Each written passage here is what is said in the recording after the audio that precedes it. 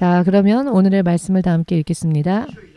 지난주 함께 읽은 말씀이지만 오늘은 조금 더 짧게 다시 한번 마태복음 28장 16절에서 20절까지의 말씀을 읽겠습니다.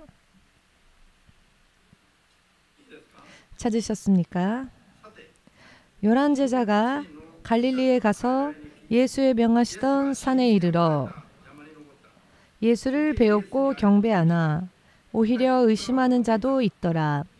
예수께서 나와 일러 가라사대 하늘과 땅의 모든 권세를 내게 주셨으니 그러므로 너희는 가서 모든 족속으로 제자를 삼아 아버지와 아들과 성령의 이름으로 세례를 주고 내가 너희에게 분부한 모든 것을 가르쳐 지키게 하라. 볼지어다 내가 세상 끝날까지 너희와 항상 함께 있으리라 하시니라. 아멘. 기도하겠습니다. 주 되신 하나님, 오늘도 주께서 천하 인간을 위하여 십자가 위에서 죽으시고 무덤의 권세를 깨시고 3일 후에 약속하신 대로 부활하여 주시고 주의 이름과 주의 역사를 배신한 자들 가운데에서도 부활하신 당신의 모습을 드러내 주셨고 주께서는 진실로 부활주가 되셨습니다. 그 날을 기념하여 오늘날 우리는 이 일요일을 주의 날, 주께서 부활하신 날로서 기념하며 주의 날로 예배하고 또 예배하기 위해 이렇게 나와왔습니다. 한 사람 한 사람이 부활주 예수 그리스도를 향한 믿음이 바르게 되어질 수 있도록 마지막까지 진리의 말씀을 깨닫게 하여 주시옵고 도와주시옵소서. 주와의 영원한 관계를 맺는 데에 있어 전혀 영육 간에 부족함이 없는 시간 될 수 있도록 마지막까지 인도하고 또 도와주시옵소서. 예수 그리스도의 거룩하신 이름으로 기도합니다. 아멘.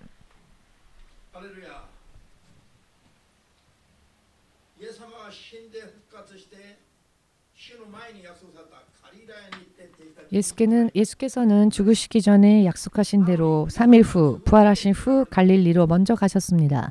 그렇지만 예수님께서 택하신 제자가 12명이었죠. 그런데 오늘 말씀을 보면 11명만 있네요. 그 한 명은 어디에 있을까요? 어떻게 되었을까요? 모르십니까?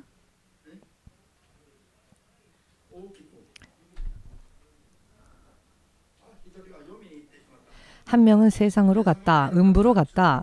자, 예수께서 택하신 12제자, 예수님 안에 있는 권세와 능력까지 주셨던 그 제자 중 한 명이 예수님을 배신하여 음부로 갔습니다. 예수께서는 죽으시기 전에 이미 약속하신 대로 부활하신 뒤 제자들을 만나 주셨지만 이런 놀라운 상상을 초월하는 축복의 순간을 단 3일 만에 놓쳐버리고 말았습니다. 3일 전에. 힘이 없었던 것도 아닙니다. 약속도 없었던 것도 아닙니다. 능력과 권세가 없었던 것도 아닙니다. 예수님은 그 모든 것을 제자들에게 주셨습니다. 예수께서 주신 사도에게 주신 그 그 권한, 그것은 무엇이었습니까? 귀신 쫓고 병 고치며 귀신 쫓고 병 고치는 권세까지도 주셨지만 그러나 그 귀신 사탄에게 속아 예수님을 배신했습니다. 왜 그럴까요? 예수님께서는 약속대로 주셨는데 예수님 안에 있는 권세와 능력까지 허락하셨는데 어찌하여 속아 사람이 가서는 안 될 곳, 사탄과 그 사자들이 가는 곳, 왜 그곳으로 함께 떨어지고 말았을까요? 예수님을 따라가기 위해서 그 행위를 가지고 실제로 따라가는 삶을 살지 않았기 때문에 속았기에 졌습니다. 다른 제자들은 부활하신 예수님을 만났습니다. 그러나 그중 한 명은 탈락하고 말았습니다.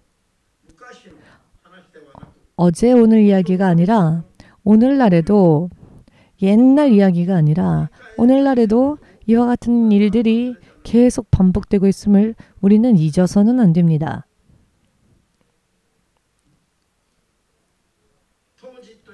당시로서는 이 땅에 있는 인류 가운데에서 최고의 레벨의 축복 속으로 들어갔던 자가 하나님을 배신했습니다. 인류의 역사 가운데에 이런 일들은 그러나 계속 반복되어지고 있음을 우리는 놓쳐서는 안 됩니다. 오늘 그 한 사람이 타락하고 말았음에도 불구하고 다른 제자들은 부활하신 예수님을 만났지요. 부활주 예수께서 나타나셨을 때 처음 제자들은 예수님의 유령이라고 생각하였죠. 왜?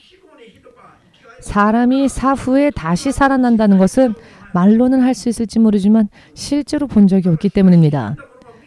그러나 이미 죽으신 분이 눈앞에 나타났으니 유령이라고 생각할 수밖에 없었던 것이죠. 유령이라고 그 말을 입속에 꺼낸 것도 아니고 생각했을 뿐인데 예수님은 이미 그 생각을 다 꿰뚫어 보셨고 유령은 살도 뼈도 없거니와 나에게는 뼈와 살이 있다. 뼈와 살이 있는 영원한 부활을 마침내는 우리들 또한 하나님으로 인해 입게 될 것입니다. 믿으십니까? 막연한 이야기들이 아닙니다. 우리가 예수님을 믿는다고 하는 것은 막연한 추상적인 세상의 이야기, 관념 가운데 있는 이야기가 아닙니다. 실제로 현실에 있어서 언제까지나 있는 이야기입니다. 언제까지나 현실의 이야기입니다. 지금 죽기 전 이 세상에서 살 때 이 세상에서 현실은 순간일 뿐입니다. 왜냐하면 똑딱똑딱 시간이 흐를 때 현재가 사라지지요. 어제가 현재입니까? 어젯밤이 현재입니까? 과거입니까? 확실하게 말해보십시오. 왜 대답하시는데 이렇게 시간이 걸리십니까? 금세 대답해 보십시오. 이런 일은 없지요. 단 1초만 지났어도 1초 전은 과거입니다. 지금 납득 안 되는 얼굴로 듣지 마시고 납득하는 얼굴로 들으십시오. 이렇게 들으시면 아멘 하면서 이렇게 들으면은 혈액순환도 좋아질걸요. 예수님께로 연합될 수 있을 겁니다.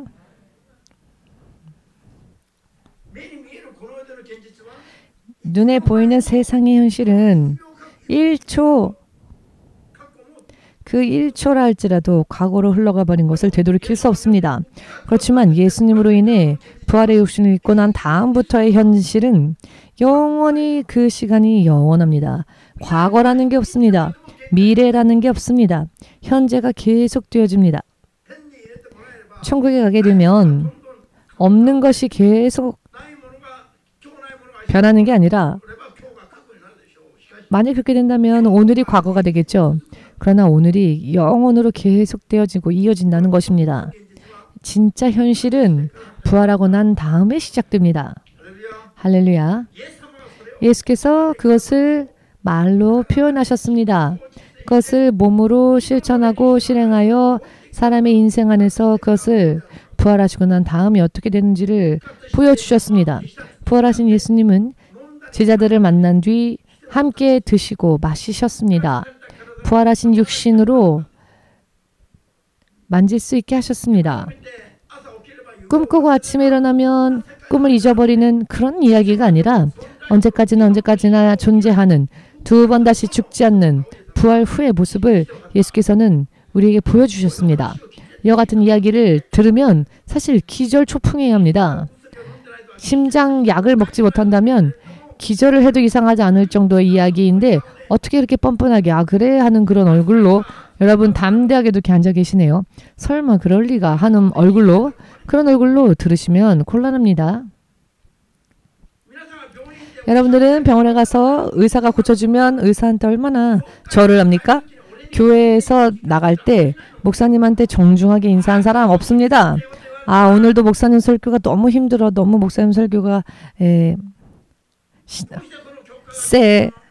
이 교회는 왜 이렇게 셀까? 그것은 다른 사람들이 듣게 하기 위해서 여러분들 앞에 이야기하고 있는 것뿐이지 사실 이 자리에 있는 여러분들은 정말 너무나 자랑스러울 정도로 하나님을 앞에 순종하고 계시죠. 다른 곳에 가면 저는 여러분들을 우리 교회 성도님들을 자랑합니다. 일본인 크리스천이 하나님 앞에 가장 사랑받을 것이다. 왜냐하면 그런 속성을 가지고 태어났습니다. 민족성이. 이미 날 크리스천 삼아 주십시오라고 기다리는 듯이. 아멘 하셨지만 이제는 됐습니다. 하려면은 아주 멋지게 아멘 해야지. 할렐루야. 주께서 아십니다.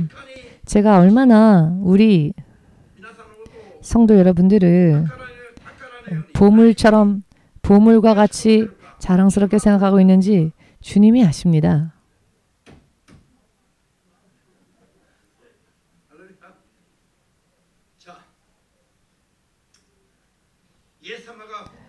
예수께서 부활하시고 두 번 다시 죽지 않는 모습으로 육신으로 나타나셨을 때 이것이 얼마나 놀라운 일입니까? 정말 꿈과 같은 이야기이죠. 믿어지지 않는 이야기입니다. 그러니 당연히 의심하는 자도 있더라 라고 기록이 있었죠? 기록이 되어 있습니다. 의심하여 이상하지 않는 그런 이야기입니다. 어떻게 이 사건을 간단하게 믿을 수 있겠습니까? 죽은 자가 살아나서 두 번 다시 죽지 않는 모습을 보여주셨다. 이 이야기가 간단하게 믿어지는 이야기는 아니죠. 의심해서 이상할 이야기가 아닙니다. 그러나 계속 의심하면 본인이 손해를 입을 뿐이지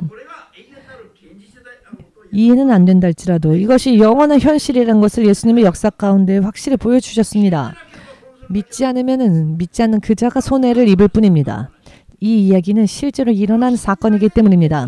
이것을 믿지 않고 사람으로서 산다는 게 얼마나 위험한 일인가. 언제 폭발할지 알 수 없는 죽으면 지옥으로 떨어지는 인생을 지금 살고 있었다는 것입니다. 예수님을 만나지 못한 채 살았다는 것은 그런 시한폭탄과 같은 삶을 살았다는 겁니다. 죽으면 불속이었다는 겁니다. 여러분, 오늘 예수님께서 다시 또 가르쳐 주십니다. 부활하시고 다시 또 가르쳐 주십니다. 그리고 당신과의 관계를 어떻게 해야 할지 확실하게 또 간단하게 엽서 한 장의 분량도 없을 정도로 간단한 문장으로 알려주십니다. 이것이 세상을 살 때의 크리스천들의 믿음의 기준이 되어야 합니다. 굉장히 깊은 의미가 있습니다. 아멘 되십니까? 적어도 이것을 지키면 먼저 안전합니다. 오늘의 말씀을 이해하고 지키면 먼저 안전합니다. 먼저 주 예수가 말씀하셨죠. 당신께서 하늘과 땅의 모든 권세를 받으셨다라고요. 모든 주권을 예수께서 쥐고 계시다는 것입니다. 이 세상에 대한 주권도 하나님의 나라의 주권도 예수께서 쥐고 계신다. 모든 것의 주권자가 계시는데 그분이 주님이시다. 모든 것의 주인이시다. 아멘 되십니까? 생명도 사망도 모두 예수님께서 쥐고 계십니다. 이 세상은 결과는 사망입니다. 사망도 그러나 예수님이 쥐고 계십니다. 하나님 나라는 영원하죠. 또 생명이 있는 나라입니다. 예수께서 계시는 곳은 생명입니다. 생명의 권세도 사망의 권세도 모두 예수께서 쥐고 계십니다. 모든 주권자께서 내 눈앞에 서 계신다면 우리는 어떻게 행동할까요? 먼저 오 주여 라고 외치겠지요. 그리고 그 주님과의 관계가 어떠한지를 돌아보면서 먼저 엎드려야겠지요. 무언가 죄가 있다면 용서해 주십시오. 아멘 되십니까? 너무 당연한 이야기 아닙니까?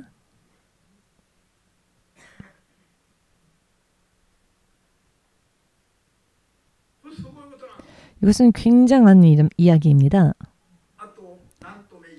또 무엇이라 명령하셨습니까? 모든 주권이 주님 안에 있음을 가르쳐 주신 뒤 그렇기 때문에 너희는 가서 모든 세상의 사람들을 그 주권자 되신 모든 주권자 되신 그분의 제자 삼으라. 이것이 교회가 크리스천들이 해야 할 일입니다. 모든 사람들을 너의 제자가 아닌 예수의 제자 삼으라 하셨습니다. 모든 크리스천들은 예수님의 제자가 되어야 합니다. 제자는 선생님이 가르치신 것을 그대로 흉내내어 그대로 행동합니다. 그대로 행하고 그대로 따릅니다. 그런 자들을 제자라고 합니다. 아멘 되십니까? 모든 세상에 태어난 사람들은 예수님의 제자가 되어야 합니다. 아멘 되십니까? 그래야면 예수님처럼 죽어도 부활함을 받아 부활의 육체를 입어 두 번 다시 죽지 않고 하나님의 나라로 올리워지는 그런 인생이 된다는 것입니다. 이것 빼면 얼마나 아무리 아름다운 말로 표현하고 장식하여도 그 모든 것은 허무해질 뿐입니다. 먼저 이것이 기준이 되고 난 다음에 중요합니다. 이것이 기준이 되지 못한다면, 예수님을 따라가는 삶이 기준이 되지 못한다면 아무리 그 어떤 것을 크게 벌려도 결과적으로는 다 허무해지고 멸망하고 만다는 것을 잊어버리는 일이 없으시기를 주 예수의 이름으로 축복합니다. 아멘 되십니까? 자주 목회자들의 설교 가운데서도 이것은 신학생들이나 목회자들이 들을 이야기입니다 라고 나누어서 설교하는 경향이 있는데요. 그러나 예수님은 그렇게 말씀하지 않으셨습니다. 예수께서는 모든 사람들이 예수님의 제자 되어야 한다라고 말씀하셨습니다. 아멘 되십니까? 특별히 예수님의 제자로 택감받은 사람들이 해야 할 그런 일들이 무슨 일이었냐면 모든 자들을 제자 삼는 일이었다는 겁니다. 이해되십니까? 신학생이니까, 전도사이니까, 목사이니까 하나님께 충성되이 충실하게 하나님을 섬겨야 한다라고 하는 의식 그 자체가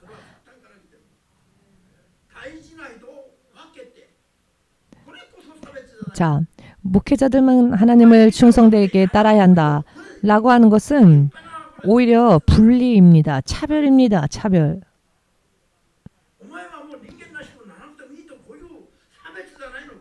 이게 차별이 아니고 뭡니까? 하지 않아도 된다 라고 하는 것은 아멘 되십니까? 이것이 아멘 되어진다면 이토상은 매주 오셔야지요. 수요일날 성경 공부들도 오셔야지요. 이것은 저의 생각을 전하는 것이 아니라 예수님의 말씀을 전하는 것뿐입니다. 예수님의 가르침 아닙니까? 온 세상 민족을, 온 세상 족속을 제자 삼으라. 그런데 어떻게 구체적으로 제자 삼을 것인가? 모든 사람들을 예수님의 제자 삼아야 하는데 그것을 어떻게 구체적으로 어떻게 해야 할 것인가? 간단하게 설명하셨죠?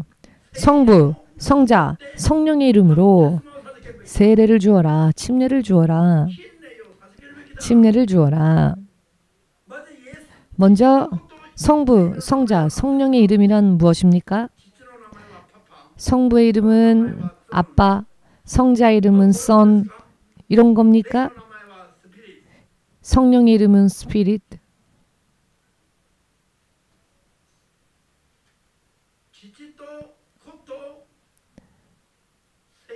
성부, 성자, 성령의 이름이 있습니다.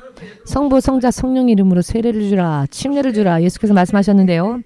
성부, 성자, 성령의 이름으로 역사하시는 그 하나님은 그 이름이 하나님이십니다. 아멘 되십니까? 예수께서 말씀하시길 세상에 있을 때 당신께서 세상에 거하실 때 당신에게 주어진 아버지의 이름이라고 말씀하시죠.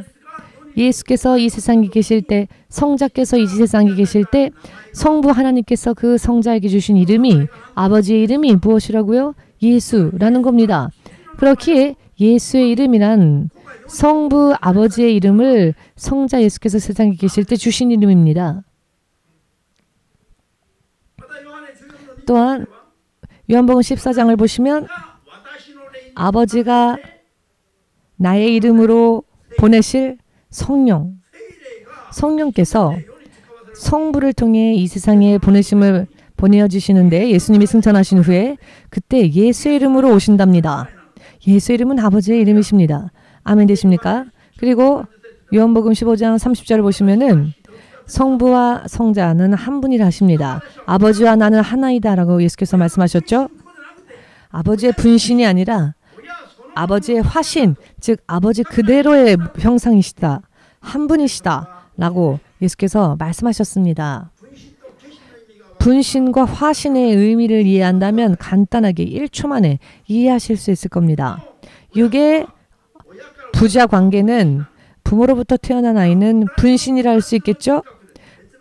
그 인격이 서로 다릅니다. 그러나 보이지 않는 하나님이 보이시는 형상으로 와주신 예수님은 화신이지요. 그렇기 때문에 본질적으로 같은 분이십니다.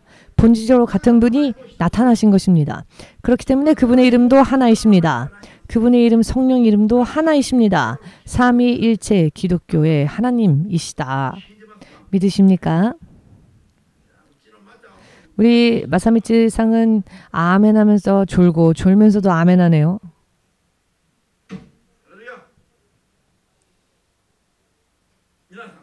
여러분,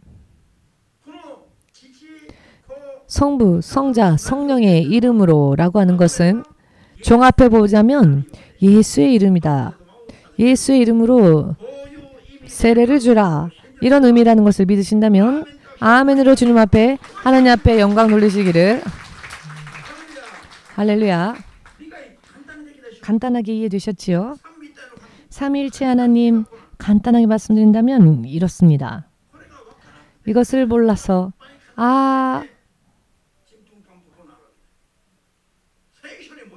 잘 모르고 헷갈리고 하는 겁니다. 그러나 성경대로 이해하면 됩니다. 예수 이름으로 세례를 주라. 세례의 의미는 무엇입니까? 하나님을 믿지 않았던 죄를 믿지 않고 범죄하던 그 죄, 그 육신을 물속에 장래 지내는 겁니다. 그리고 물 위로 올라올 때는 부활주 예수님과 연합하여 살겠노라. 거듭난 하나님의 거룩하신 성품에 참여하는 삶을 살겠습니다. 라고 행위가 함께하는 믿음의 고백이 세례를 받는 일입니다. 세례를 주는 이 의미가 여기에 있습니다. 이제는 죄를 떠나 거룩하신 하나님을 닮아 사는 삶으로 거듭나겠습니다. 이것이 행위로서 고백하는 것이 세례를 받는 일이죠. 자, 그렇다면 세례받은 이들이 어떤 삶을 살아야 하겠습니까? 세례받은 사람들이 어떻게 살아야 하겠습니까? 이제 보이지 않으십니까? 하나님을 믿고 살아야 한다는 것입니다. 불신앙을 버리고 불신앙에서 벗어나 하나님을 믿고 살아야 합니다. 하나님을 믿고 산다고 하는 것은 무엇인지 예수께서 마지막으로 이렇게 설명하시죠. 내가 죽기 전에 너희에게 이미 명령해 놓은 그 말들을 전부 세계 만민에게 가르치고 전하며 그것을 지키도록 가르치라. 아멘이십니까? 온 세상으로 나가서 온 세상 사람들을 예수님의 제자로 삼아야 하는데, 제자란 어떤 사람이라고요? 예수님의 가르침을, 예수님의 약속을 낱낱이 모두 지키도록 가르치고 또 그렇게 살게 하는 것. 이것이 크리스천들의 믿음 생활에 있어서의 모범적인 삶입니다.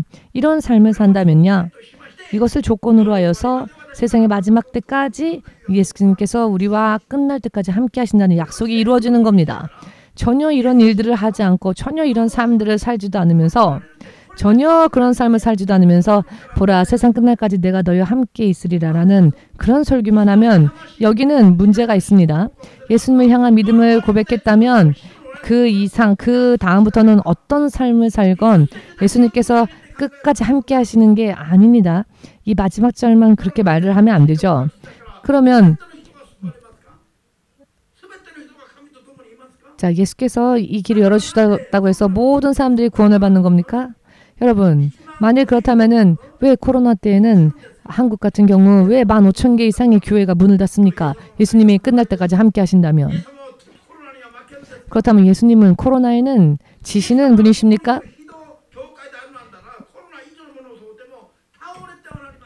예수님과 함께하는 교회라면 코로나 이상의 일이 닥쳐도 그것을 지나가지 여기에서 무너지지 않습니다. 부활하신 예수님을 믿는 자들이 어떻게 코로나 앞에서 무릎 꿇습니까? 이와 같은 것들이 이해 안 되시는지요? 여러분들에게 불행한 일들이 일어날 때에 여러분들의 인생에 있어서 하나님께서 더 이상 도와주실 수 없었기 때문에 하나님께서도 어쩌실 수 없어서 그래서 여러분들의 인생에 불행이 일어나는 겁니까? 그렇지 않습니다. 하나님께서 함께 하시지 않는 부분이 있기 때문에 문제가 일어나는 겁니다. 하나님께서 함께 해주신다면 당연히 하나님께서 당신의 자녀로서, 당신의 교회로서 지키시죠.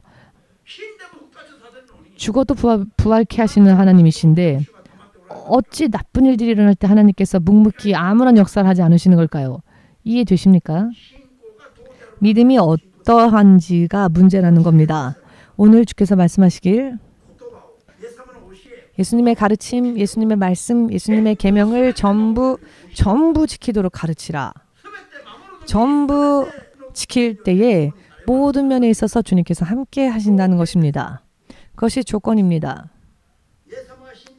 예수님께서 죽으시고 부활하시고 온 인류가 구원받는 길을 열어주시는 부활주가 되시기 전까지 사람의 어떠한 노력도 어떠한 공헌도 필요 없었습니다. 그렇기 때문에 오직 은혜로 부활의 길을 열어주셨고 죄인들이 하나님 나라로 갈 수 있는 길을 열어주셨죠. 부족하여 가지 못하는 자들을 위해 성령까지 약속해 주셨습니다. 이 모든 것은 오직 하나님의 은혜이십니다. 이제 이 모든 은혜에 우리가 응답을 해야 합니다. 이제는 우리가 믿음을 보여야 합니다. 만민을 위하여 모든 은혜 가운데서 예수님은 당신께서 하실 모든 일을 하셨습니다. 이제는 우리가 그 은혜를 믿지 않으면 안 된다는 겁니다. 그 은혜에 응답하지 않으면 안 된다는 겁니다. 그 은혜를 믿는 믿음이 어떤 믿음인가? 믿는다는 것은 순종함을 뜻합니다. 따라감을 뜻합니다. 그분의 말씀을 따라 산다는 것을 뜻합니다. 그렇기 때문에 모든 가르침을 그대로 지키도록 가르치라 라고 말씀하시는 겁니다. 따라가지 않아도 된다면 지키라고, 모든 것을 낱낱이 지키라고, 지키도록 가르치라고 말씀하지 않으시겠죠. 이런 간단한 이야기가 보이지 않습니까? 너무나도 간단한 말씀 아닙니까? 아무것도 생각하지 않고 듣기만 해도 압니다. 이런저런 머리를 굴리며 생각하니까 안 들어오는 겁니다. 잘못된 가르침이 먼저 들어와서 쇠뇌했기 때문에 올바른 게 들려오지 않는 겁니다. 할렐루야. 아멘 되십니까? 기독교의 교회가 어떠해야 하느냐? 간단하게 이 문장을 통해 설명되어지고 있지 않습니까? 오늘의 이 본문 말씀은 카메라로 사진 찍어 놓아도 단 한 장의 사진으로 찍어 놓는 것만으로도 이해할 수 있는 너무나도 간결하고 짧은 문장 아닙니까? 하나님의 통치는 처음 하나님께서 지으신 아담과 이브 이후 세상 끝날 때까지 예수께서 심판주로 다시 오실 때까지 전부 이 모든 것들을 관통하시고 관철시키시는 하나님의 계획은 하나님이 명령하시는 말씀을 지키느냐 지키지 않느냐, 따르냐 따르지 않느냐, 이것이 믿음의 기준입니다. 성경은 그렇게 성경의 말씀 보면 그것을 알 수 있습니다. 그렇기 때문에 내가 마음으로 믿는다는 것만으로는 그것이 하나님께서 인정하시는 믿음이 되지 못한다는 것, 마음으로 믿는다고 생각한다면 실제로 하나님께서 하신 말씀을 순종하며 살아야지요. 믿음의 조상 아브라함도 자신의 독자 이삭을 드리라고 하셨을 때 철저하게 그 일을 순종했기 때문에 어느 한 시점에서 하나님이 이제 오케이다. 더 이상 하지 않아도 된다. 내가 너를 인정하겠다라고 하셨습니다. 아이를 드리고자 하는 실제적인 행위를 통해 하나님께서는 그의 믿음이 완성되었다. 야고보서 2장에 자세하게 설명되어 있습니다. 이것이 믿음의 모범으로 세워졌던 믿음의 조상 아브라함을 통해 믿음이란 어떤 것인가를 보여주고 있지요. 믿음이란 것은 믿습니다로 끝나는 게 아니라 실제로 하나님의 말씀을 따라 순종하며 따라가는 것이라는 것. 신약, 구약 같이 똑같은 것을 전합니다. 그런데 왜 이것을 보지 못합니까? 왜 이것을 보지 못합니까? 하나님께서는 아담과 이브를 짓기 이전에 먼저 아담을 지으셨는데 의인 하나를 만드셨지요. 에덴 동산에 주시고 하나님과 함께 살도록 하셨을 때 그 첫 단계에서 아담에게 무엇이라 경고하셨습니까? 동산의 모든 나무의 실과는 따 먹어도 좋으나 동산 중앙에 있는 선악과만큼은 따 먹지 말라. 따 먹으면 너희가 정령 죽으리라 라고 하나님께서 말씀하셨습니다. 그 계명을 어기면 먹지 말라 하셨는데 따 먹어. 그 계명을 어기면 반드시 죽는다라고 하셨습니다. 그러나 그럼에도 불구하고 창세기 3장 4절에서 6절 사이를 보면 사탄은 이브에게 무엇라고 유혹했습니까? 죽지 않는다. 정령 죽는다고 하셨는데 하나님께서는 그러나 죽지 않는다라고 사탄은 말합니다. 뱀은 그렇게 말합니다. 이것이 뱀의 가르침입니다. 이것이 뱀의 가르침입니다. 사탄의 가르침입니다. 마태복음 5장 37절 보시면 하나님께서 그렇다 하시면 우리도 아무런 이야기하지 말고 그렇다라고 해야 하며, 하나님께서 아니다 하시면 우리도 아무런 말을 첨삭하지 말고 아니다라고 말해야 합니다. 그런데 예수님께서 그렇다 하시는데 아니다 하는 자, 혹은 하나님께서 아니다 하셨는데 그렇다라고 하는 자는 자기의 본성에서 나온 것이 아니라 악한 자 사탄으로부터 그런 유혹이 온 것이라는 것을 마태복음 5장 37절에서 그렇게 설명하고 계십니다. 믿으십니까?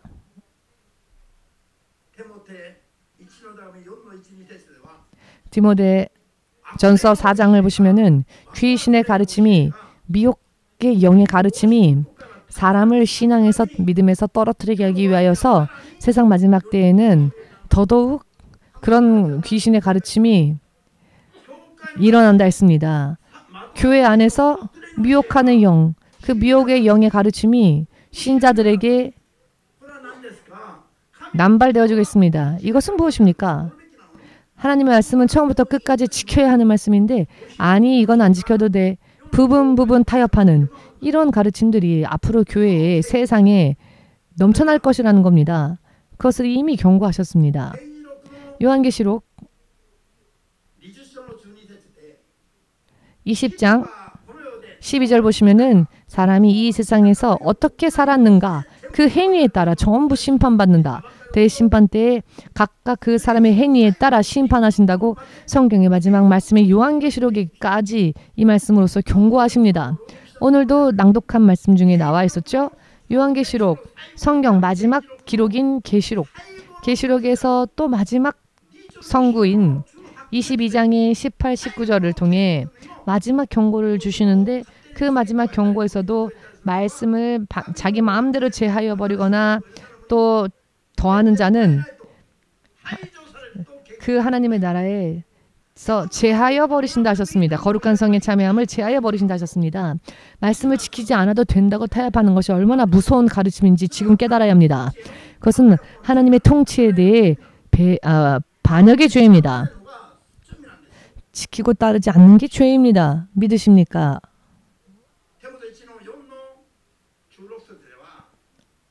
디모데전서 4장 16절을 보시면은 사도 바울이 디모데에게 말하길, 사도 바울이 자신의 제자 디모데에게 말하길,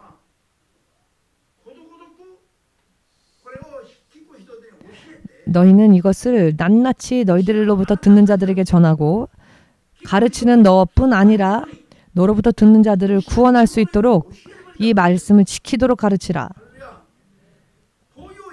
이와 같은 예수님의 가르침을 전하는 자나 듣는 자 모두 지키는 것이 바로 구원받는 일이다. 믿으십니까? 믿으셔야 합니다. 야고보서 1장 25절을 보시면은 사람에게 모든 결박에서 자유를 초래하는 것이 율법이라고 하셨습니다. 율법을 완전한 것이라고 말씀하십니다. 사람에게 자유를 주는 게 율법이라고 하십니다. 이것을 즉 어떤 뜻이냐면 하나님의 이 계명, 율법을 지키면 계명을 지킨 자는 계명을 지킴으로 인해 축복을 받는다는 것입니다. 믿으십니까? 행위는 보이면 보일수록 자신의 믿음이 만들어지게 되고 정돈되어지고 축복을 받습니다. 요한계시록을 보시면은 그 3장을 보시면 그 행위가 어떠한가에 따라 요한계시록 보시면은 성도의 거룩한 행위가 있는 자들에게는 흰옷을 입히신다 하셨죠.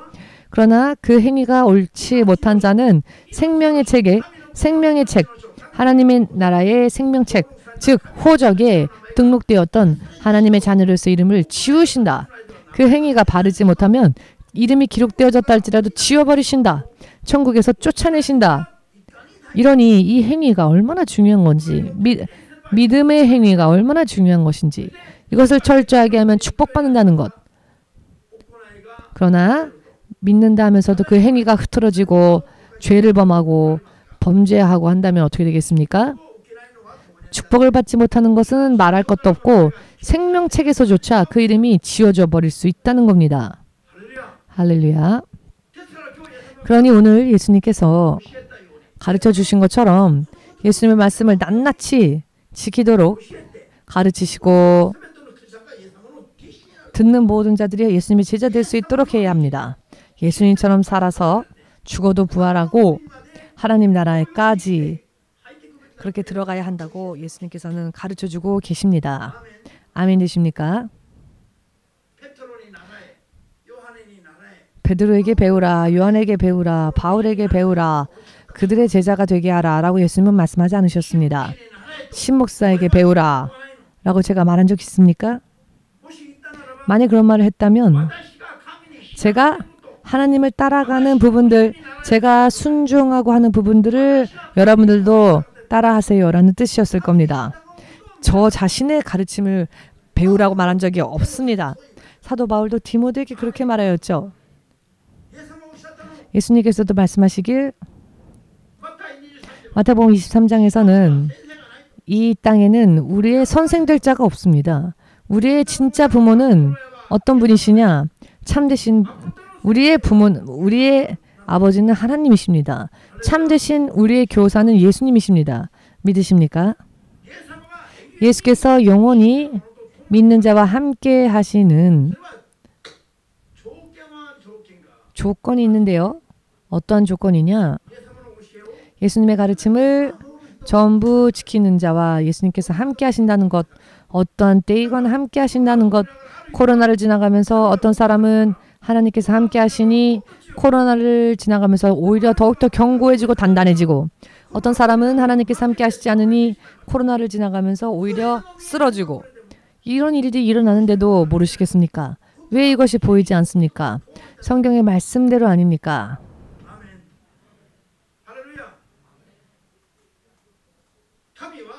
하나님께서는 은혜의 단계에서는 죽으시고 부활하시고 성령까지 천국 가는 길까지 열어주셨지만 사람은 연약하여 할 수 없는 부족한 부분들이 많기 때문에 성령의 도우심까지 약속해 주셨죠. 이제 우리가 해야 할 일은 힘이 없으면 성령께 부탁하고 지혜가 없으면 성령께 구하여 반드시 믿음 생활을 실제적으로 해야 하는 자들이 바로 우리들입니다. 하고 하지 않고는 자기의 자유의지이지요. 그것은 강요할 수 있는 게 아닙니다. 그러나 자유의지가 있다면 은혜의 레벨 안에서 준비는 이미 다 되어 있습니다. 천국 가는 길도 또 천국 가는 이름도 아무런 대가 없이 주어졌습니다. 그러나 예수 이름을 믿었음에도 불구하고 신분이 하나님의 자녀가 되었음에도 불구하고 세상에서 또 하나님의 자녀들이 고아처럼 있지 않게 하시기 위해서 예수님은 은혜의 성령까지 약속해 주셨습니다. 이제는 믿음으로 구하고 따라가면 모든 우리들에게 있어서 필요한 은혜가 이미 다 주어져 있습니다. 이것을 내 것으로 하느냐 안 하느냐는 여러분들의 선택에 달려있고 여러분들의 자유의지입니다만, 믿음은 하나님의 말씀을 순종함으로써 구원도 축복도 주어지는 것, 확실하게 깨닫지 못하면 안 됩니다. 그러니 믿음 생활을 해도 되고 안 해도 되고 적당히 대충 해도 된다는 가르침이 얼마나 그 듣는 사람을 멸망으로 가게 하는 길인지를 목회자들이 확실하게 깨달아야 합니다. 듣는 자들 또한 마찬가지입니다. 목사님들의 믿음이 대충 거기까지 안 해도 된다 라는 설교를 하시게 된다면 두 번 생각하지 마시고 떠나십시오. 만일 설령 그 교회, 우리가 그런 교회가 우리 교회라 할지라도 똑같습니다. 그것은 그런 가르침은 사람의 인생을 세우는 가르침이 아니라 사람의 인생을 멸망으로 내모는 사탄의 가르침이기 때문입니다. 목숨을 거는 일이 있다 할지라도 최선을 다하여 하라. 이것이 예수님의 가르침이시며 마태복음 22장 37절에 있죠. 믿으시는 분은 아멘으로 주님께 영광 돌리시길 바랍니다.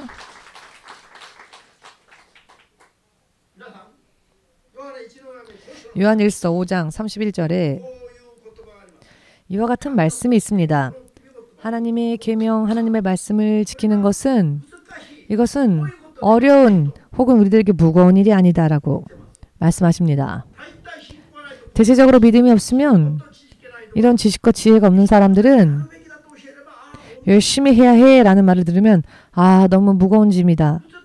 너무 힘들다. 하기 어렵다. 라고 말하는 분들이 계십니다. 그렇지만 그것은 하나님을 전혀 모르기 때문에 그런 말을 하는 겁니다. 이것을 지킴으로써 우리들이 얻게 되는 게 무엇입니까? 영원한 생명과 영원한 축복입니다. 아멘 되십니까? 가령 목숨을 버리는 일이 있다 할지라도 하나님을 따라가는 믿음을 지키기 위해서 목숨을 버리는 일이 있다 할지라도 그것이 우리들에게 있어서 어려운 이야기가 아니라 사실 그것은 쉬운 이야기입니다. 왜냐하면은 그것을 통해 우리가 얻게 되는 것이 영원한 것이기 때문입니다. 깜짝 놀랄 정도의 것을 주시기 때문입니다.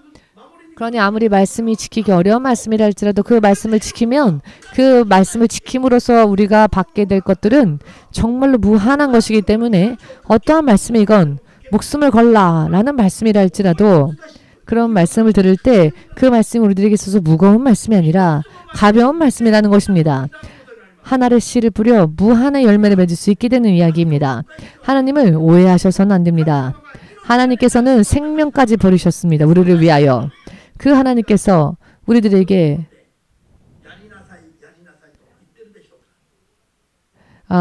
무언가 필요한 것이 있어서 우리들의 희생을 요구하시는 것이겠습니까? 그렇지 않습니다. 우리가 오직 하나님 나라에 온전히 들어갈 수 있게 하시기 위해서 인도하시는 것뿐입니다.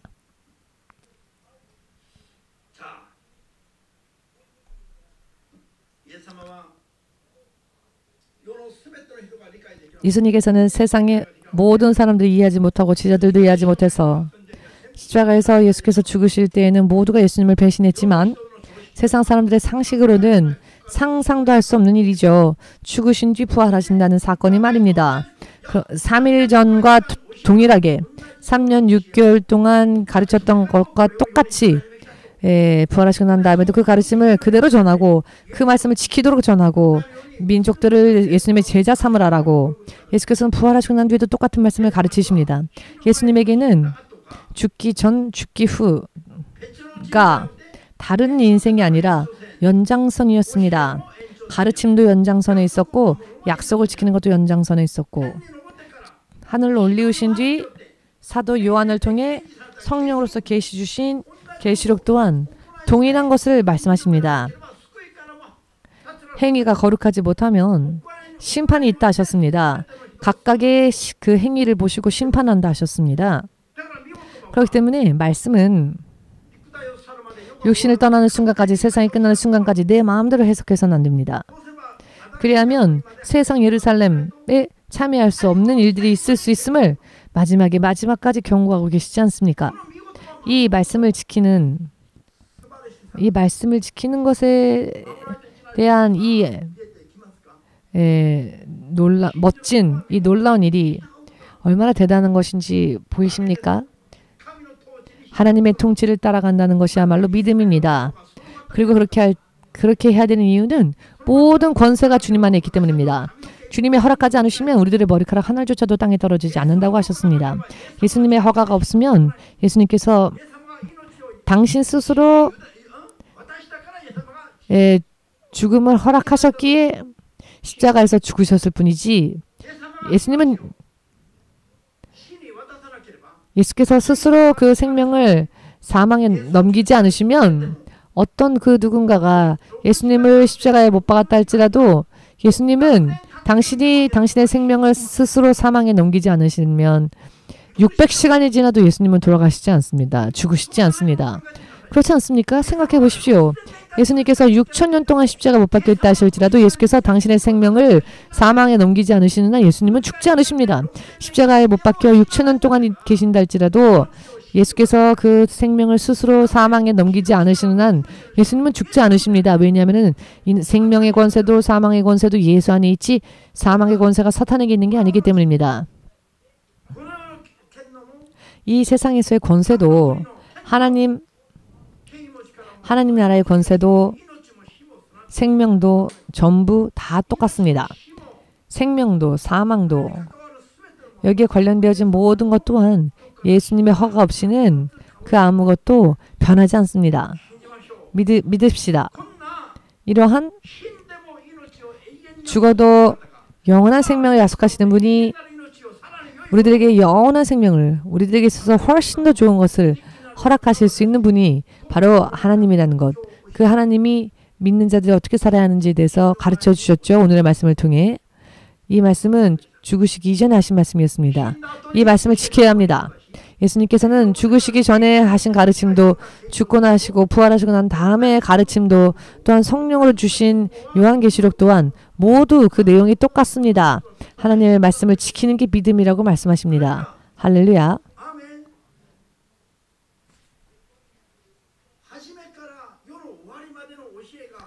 세상의 처음부터 마지막까지의 약속이 동일합니다. 믿으십니까? 하나님의 약속의 말씀을 철저하게 지키며 살면 이 세상에서 생명도 능력도 축복도 받고 세상에서의 모든 결박에서 자유로워집니다. 이 세상에서 자유를 누리게 됩니다.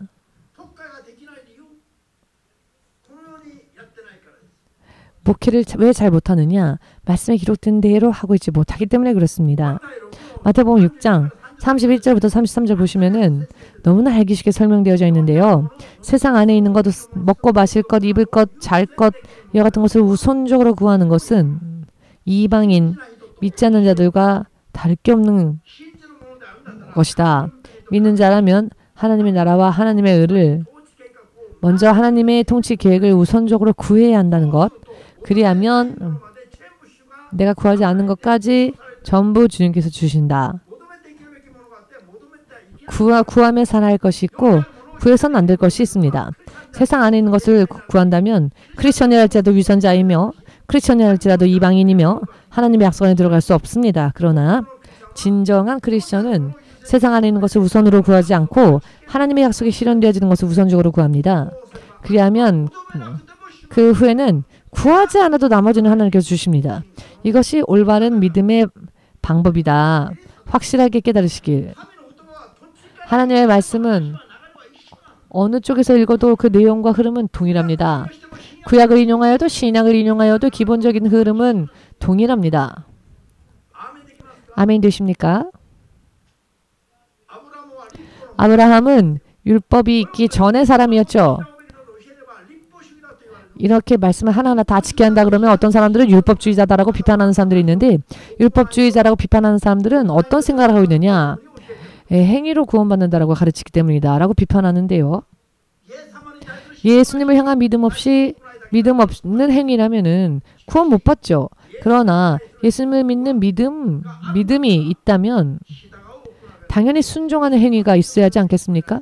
그것이 없다면 그 믿음을 주님께서 인정하시겠습니까? 올바른 믿음이라고? 이런 간단한 이야기가 왜 눈에 아직까지도 보이지 않는 것일까요?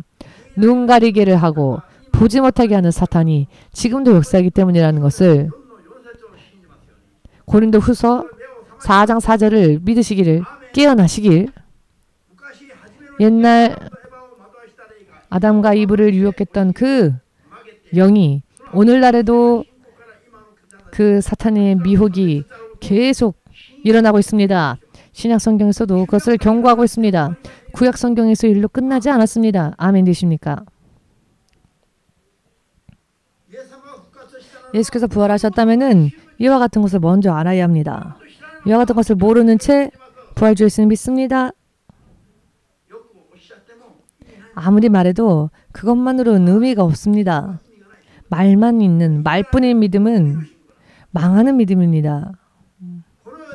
이 세상에서 다른 사람들 눈에 어떻게 비치건 예수 믿고 납득할 수 있는 믿음의 결과를 내기를 원하신다면 먼저 철저하게 말씀을 따라야 한다. 목숨을 거는 한이 있어도 따라야 한다. 의심을 버리고 따라야 한다. 순종하면 순종할수록 여러 많은 결박에서 자기 자신이 자유로워지고 자유를 누리게 됩니다. 말씀을 지키는 것은 무거운 짐이 아니라 가벼운 일입니다. 나를 유익하게 만드는 것입니다. 나의 인생을 이 세상에서도 하나님의 나라에서도 내 인생을 바르게 세워가는 길입니다. 풍성하게 자신의 인생을 채우는 일입니다. 왜 이 1시간만 있으면 금세 확실하게 골격을 볼 수 있는 이야기를 왜 지금까지 못 보는 걸까요? 골격을 못 보니까요. 눈 감고 있으니까 안 보이는 것 아닙니까? 귀를 막아버렸기 때문에 안 들리는 게 아닙니까? 여십시오. 어떻게 열어야 열 수 있을까요? 회개함으로 엽니다. 회개함에 열어야 합니다. 그렇게 하지 않으면 스스로가 스스로에게 민폐 끼치는 자가 됩니다. 사람에게 민폐를 끼쳐도 미안하다 해야 할 판국인데 스스로의 인생을 스스로 엉망진창으로 만든다면은 뺨이라도 때리면서 정신 차려라 스스로에게 해야 하지 않겠습니까? 오늘 집에 돌아가면 거울 비춰보면서 야, 너가 내 인생에 가장 큰 피해 끼치는 자다. 거울 속을 치지 마시고 이쪽을 치십시오. 거울을 치면 거울이 깨지니까요. 이해되십니까?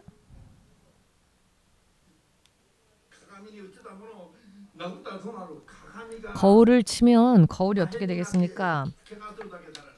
조각조각 파편이 튀겨서 상처 생길 뿐입니다.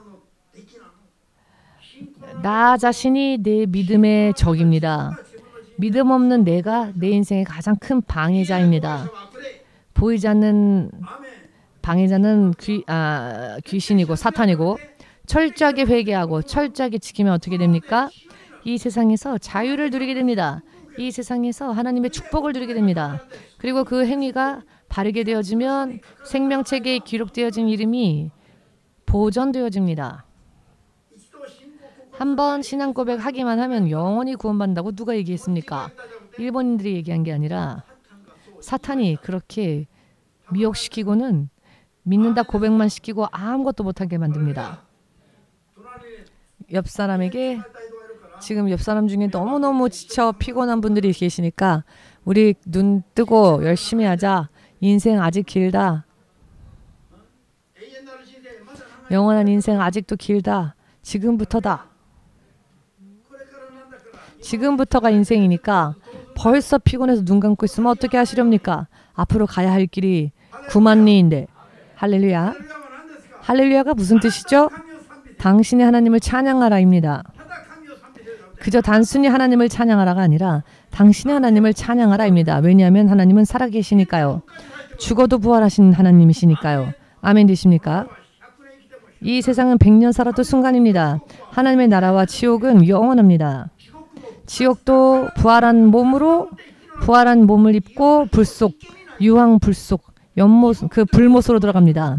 지옥은 한마디로 말하자면 유황못, 불못입니다. 불못. 뭔가 땅 속에, 땅 아래 그런 게 아닙니다. 불못으로 들어가는 겁니다. 불못. 그것이 지옥입니다. 아시겠습니까? 나는 사우나가 좋으니까 불못이 좋아 하는 사람은 가도 좋겠지만 가기 전에 물어보십시오. 아무리 사우나가 좋아도 지금 지옥의 불못은 영원인데. 일본 사람들은 사우나를 좋아하니까 상관없습니까? 불못이라도. 하코네에 가면 있죠. 유황 나오는 온천 있습니다. 그런 이미지를 가지시면 안 됩니다. 지옥에 대해서. 나는 그걸 좋아하니까 지옥 가도 괜찮겠다라고 착각하지 마십시오.